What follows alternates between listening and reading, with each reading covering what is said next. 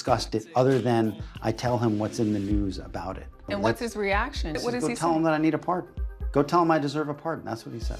That's Diddy's lead defense attorney giving the exclusive to CBS Mornings. And get this, while Diddy faces a possible 20-year sentence, is he still planning a music comeback? He said, well, he's going to be back in Madison Square Garden. Doing what?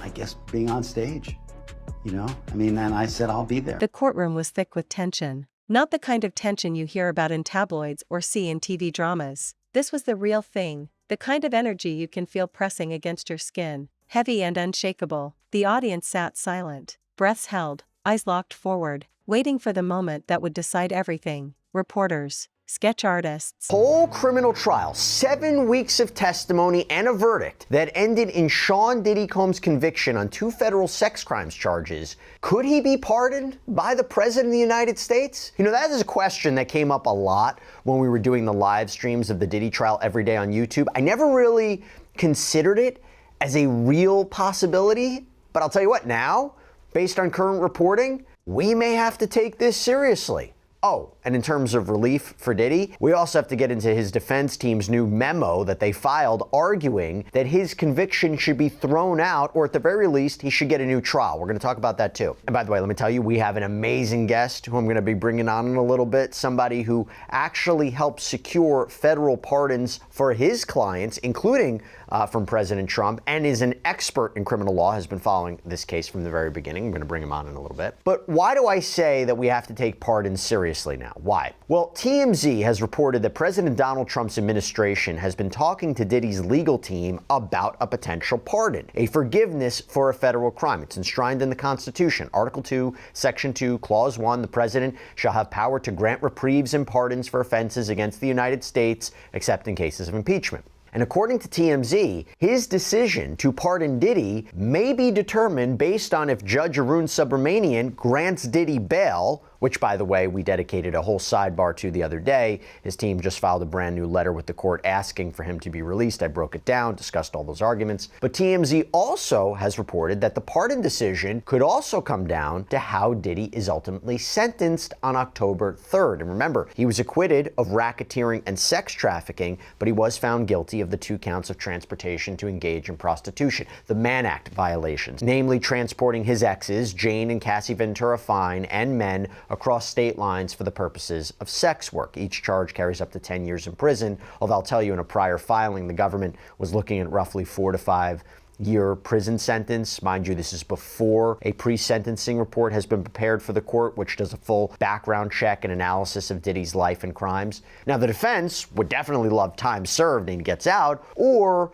21 to 27 months. And remember, at the time of sentencing, he'll have been locked up for a full year, so he'll get credit for that. And the judge has discretion here because there's no mandatory minimum when it comes to these charges. But anyway, as you know, we have been following this Diddy story since it broke, 2 years ago? A few months ago, before the verdict. This was back in May. And he said when asked about a pardon for Diddy, I would certainly look at the facts. If I think somebody was mistreated, whether they like me or don't like me, it wouldn't have any impact on me. He used to really like me a lot, but I think when I ran for politics, that relationship busted up from what I read. I don't know, he didn't tell me that, but I'd read some little bit nasty statements in the paper all of a sudden. And Diddy had been photographed with Trump over the years. There was some sort of relationship there. President Trump even called him a good friend on a 2012 episode of his TV show, The Apprentice. The problem is, some comments Diddy made about Trump in recent years as Diddy really entered the political realm. There's a video where he's speaking to radio host Charlemagne saying, if Trump gets elected, I really do believe in my heart there'll be a race war. In another video on Revolt, he says, white men like Trump need to be banished. And by the way, you know who's not letting anyone forget this? Combs' rival 50 Cent. Took to social media recently, wrote, see, Trump don't like S like this, buddy. You run your mouth too much. And Donald doesn't take well to disrespect and doesn't forget who chooses to go against him. While working tirelessly to make America great again, there is no room for distraction. He would consider pardoning anyone who is being mistreated, not Puff Daddy. And let me tell you, the idea of Trump pardoning Diddy is not getting a ton of love out there. Conservative commentator Megyn Kelly posted on X, Trump should not pardon Diddy. He doesn't deserve it. He's a Trump hater. He's a woman abuser. MAGA is already upset over elites seeming to cover for each other. This would not help. GOP struggling with young female voters. And members of the public filled the seats. Some were here for justice. Some were here for the spectacle. But all of them were here for history. And there he was, Sean Diddy Combs, the mogul, the hitmaker, the self-styled king of hip-hop entrepreneurship. But today, there was no stage, no flashing lights, no champagne bottles popping in the background, just four plain walls, the smell of polished wood, and the sharp, clinical glare of fluorescent lighting. For decades, Diddy has moved through life like gravity didn't apply to him. Bad boy records, platinum albums, fashion lines, spirits deals, a list of celebrity connections so long it could fill a book. He had money, influence, charm, and a reputation for always coming out on top. If trouble came knocking, Diddy found a way to make it disappear. If controversy started to bubble, his team smothered it before it could boil over. But the judge wasn't buying any of it. The gavel hit the block with a sound that cut through the room like a gunshot. The air shifted, the judge's voice was steady, measured, and unflinching as they began to read the sentence. Each word was like a hammer blow. Testified that very often they would see the same men over and over again for years. In July of 2024, Jane testified, for instance, that she suggested to Mr. Combs that they call Paul. Jane explained that she told Combs she, quote, missed Paul. When asked why she said that, she responded, because I did. This was a lifestyle, one that both Miss Ventura and Jane chose, one they all, as grown adults, had a right to choose.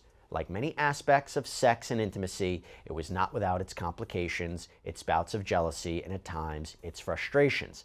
But that is a hallmark of any serious romantic relationship, and that is what these were, serious, long-term romantic relationships. By the way, not surprising they're really focusing on this because, again, he was acquitted of sex trafficking. They highlight how the jury didn't find sex trafficking of Jane or Cassie, that it didn't occur. There was no force, fraud, or coercion that was used to induce these women to engage in commercial sex acts. For transportation to engage in prostitution, what he was convicted of, the prosecution didn't have to prove that violence was used or that fraud was used or threats were used. It was just, did you transport these women and men for the purposes of sex work, commercial sex acts? And obviously the jury convicted him of that. And they highlight all the jury found was that there was prostitution, payment of porn stars and escorts. And they highlight that he is a swinger, or under the Mann Act, a John. And they argue he doesn't deserve to be locked up for this. Quote, Sean Combs should not be in jail for this conduct. In fact,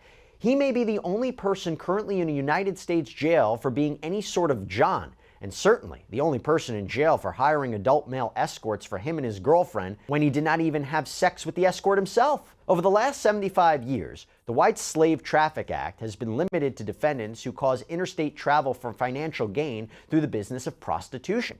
That Sean Combs remains in jail for being convicted of being a customer of consensual adult sex services makes this case truly exceptional. Not only is prosecuting the users of adult prostitution services inconsistent with the Mann Act, it's inconsistent with the prosecution policies of the district attorneys of Manhattan and the city attorney of Los Angeles, California, two of the three locations where this prostitution allegedly took place. In addition, Mr. Combs is incarcerated while everyone else involved in this identical conduct, his girlfriends, the cowboys, the agency leaders, the porn stars, and others, walk free, as they should. If there was ever a fact pattern that was exceptional under the Mann Act, it is this one.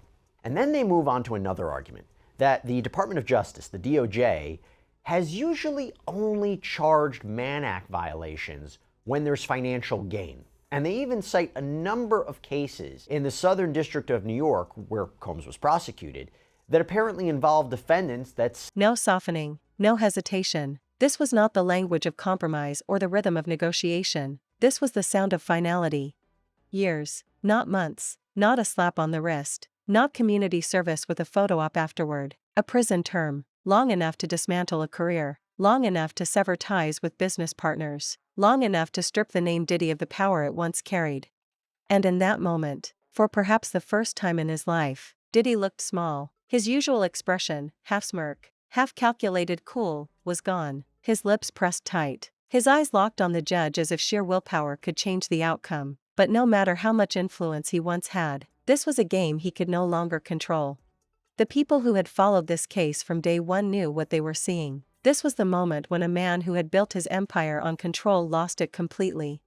The prosecution had built their case meticulously. They dug deep into years of rumors and whispers. The kind of stories that floated around the music industry but never made it into the mainstream. Whom will hate a Diddy pardon. And then you just had other random accounts like America First. What? He's actually considering this? Diddy is a depraved, abusive, sexual deviant who should be spending the rest of his life in prison. If Trump pardons him, he will get absolutely crushed. Who is advising him lately? It's looking like straight up sabotage at this point. There were other accounts that were not in favor of it, although there was this account.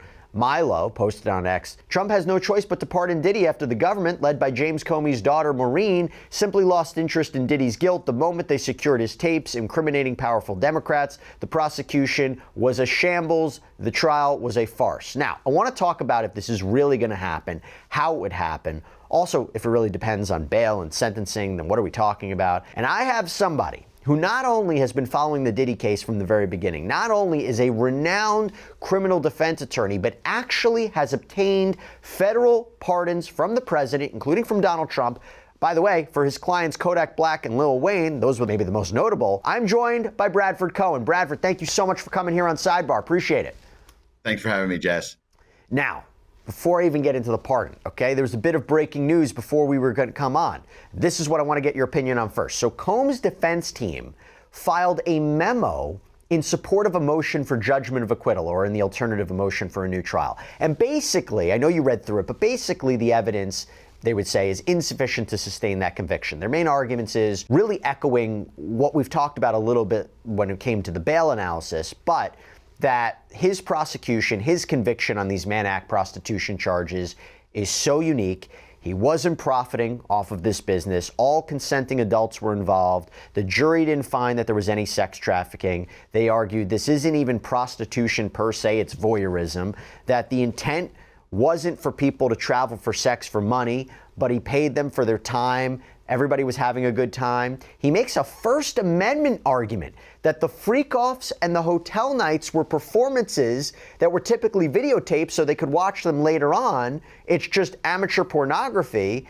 And then finally makes the argument that he was prejudiced because of all the other evidence that came in to prove RICO or sex trafficking, and would have never came in if he was merely being prosecuted for prostitution, particularly the Intercontinental Hotel footage of him purporting to beat up Cassie Ventura Fine. And he says, at the very least, he needs a new trial. I hand it over to you. You think this is a successful argument? Thank you. Thank you. I don't know if it's going to be successful in the judgment of acquittal. I think the argument is interesting because everyone agrees he might be the only person in custody right now that has ever been convicted of the Mann Act. The Mann Act, and it gives a nice history of the Mann Act, and a lot of people don't understand what the Mann Act is, but the Mann Act was enacted because of a racist motivation that white women were being recruited by people of color to go across state lines and make money. So actually pimping those women across state lines and making money off of their sexual exploits. Obviously, that's not the case here. It's used so infrequently, it might have been a handful of people were actually charged with the Mann Act. No one in custody currently has ever been convicted of the Mann Act. So it's an interesting argument to say, hey, listen, this Mann Act, the original reason for it was racist. The original way that it was applied was racist.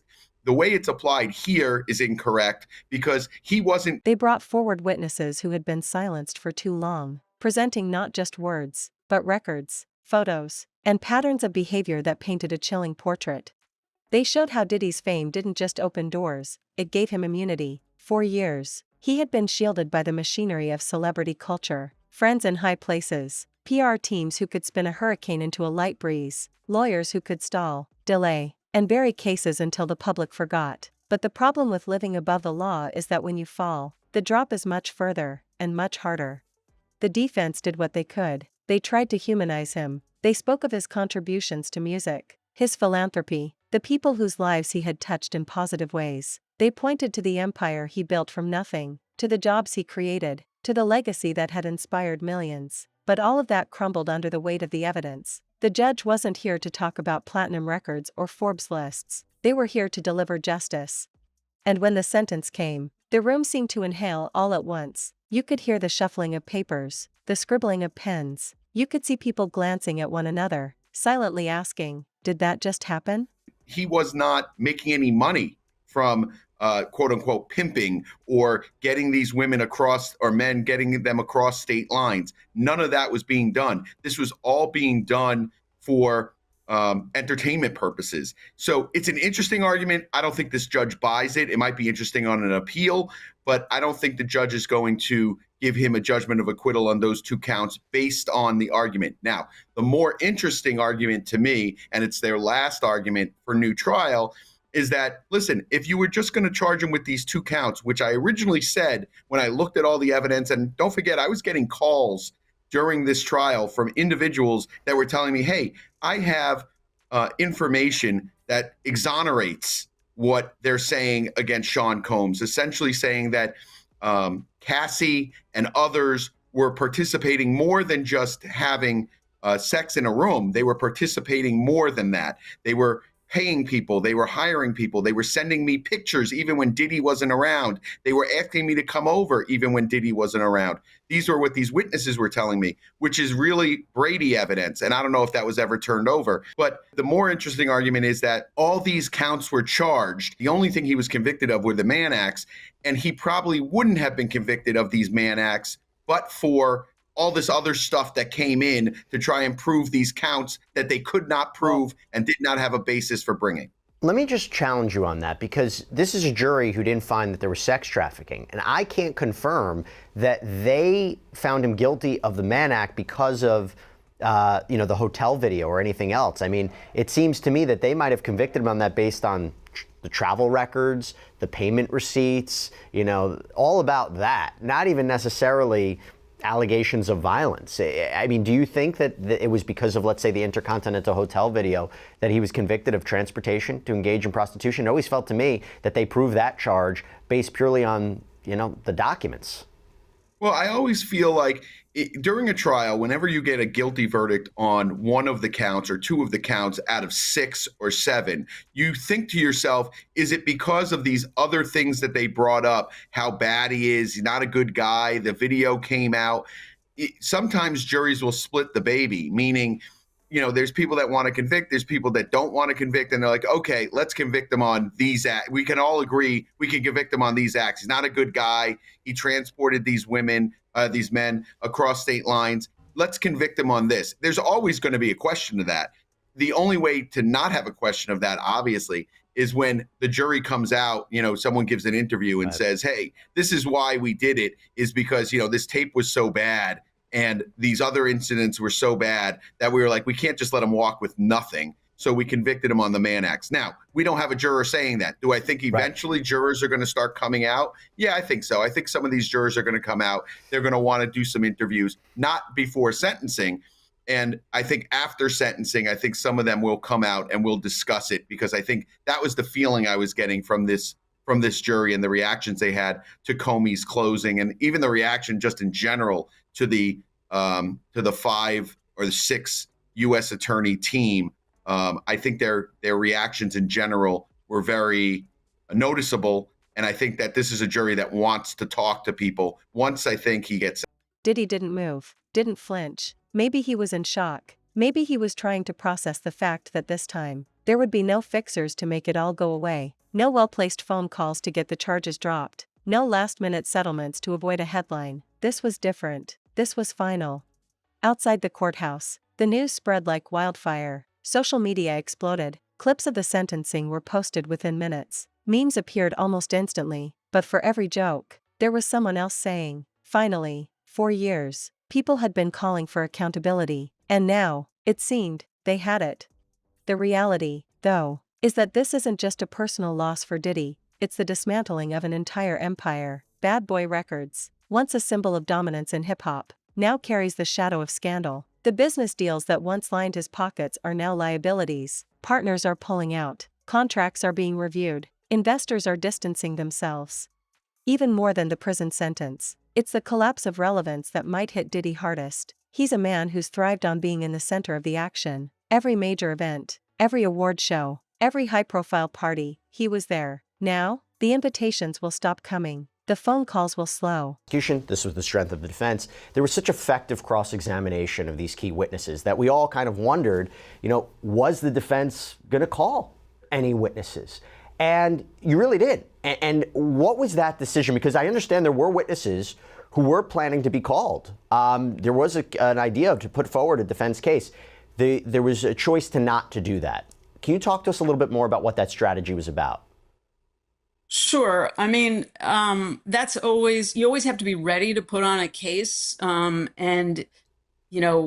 At the end of the day, what it comes down to at the end of the government's case is how well do you feel it went in for us? And it's always risky to put on a defense case. People don't realize that, but there's always two sides to everything. And if you put on a witness, and even if it's, 70% good, if the prosecution scores some points, it can really undermine you. And so if you feel like the government's case has gone in really well for you, it can be actually riskier to call any witnesses. People don't necessarily realize that, but at the end of the day, we just made a decision that we thought the case had come in well, and we didn't want to, sort of change the dynamic in a way that could be risky for us. Was Christina Courtroom ever potentially going to be called by the defense? We were all shocked why the government never chose to call her, since, I don't know, her name came up almost every single day through almost every witness. Was there a plan by the defense to call her?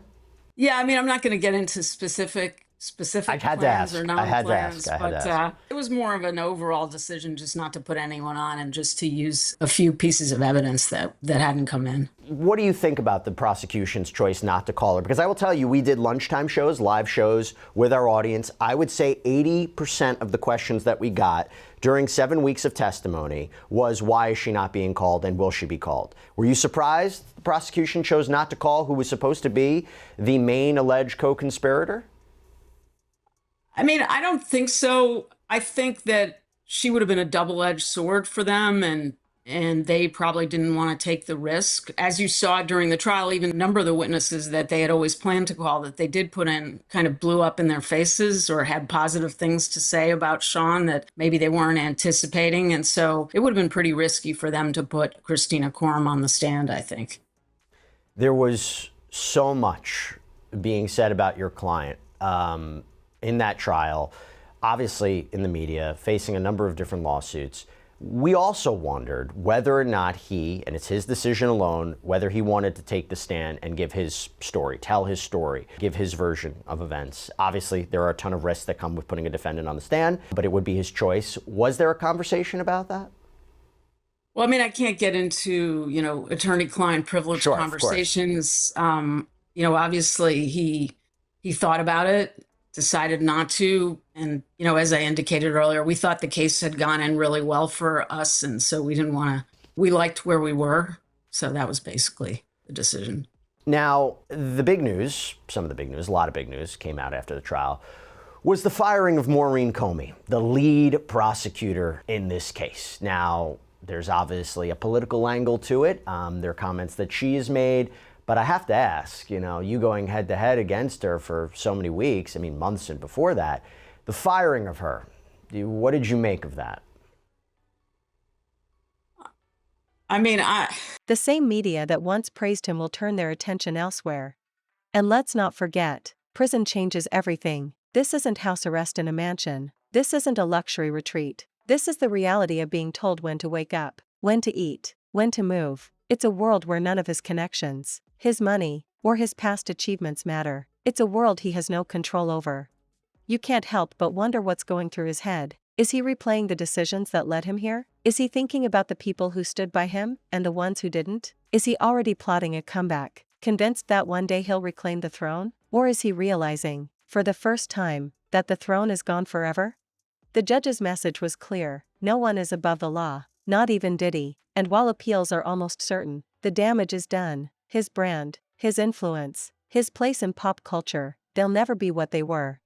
This moment will follow him for the rest of his life. Every interview, every public appearance, this will be the shadow. Even if he serves less time than sentenced, the label of convicted will stick. It will be the first line in every article, the subtext in every headline.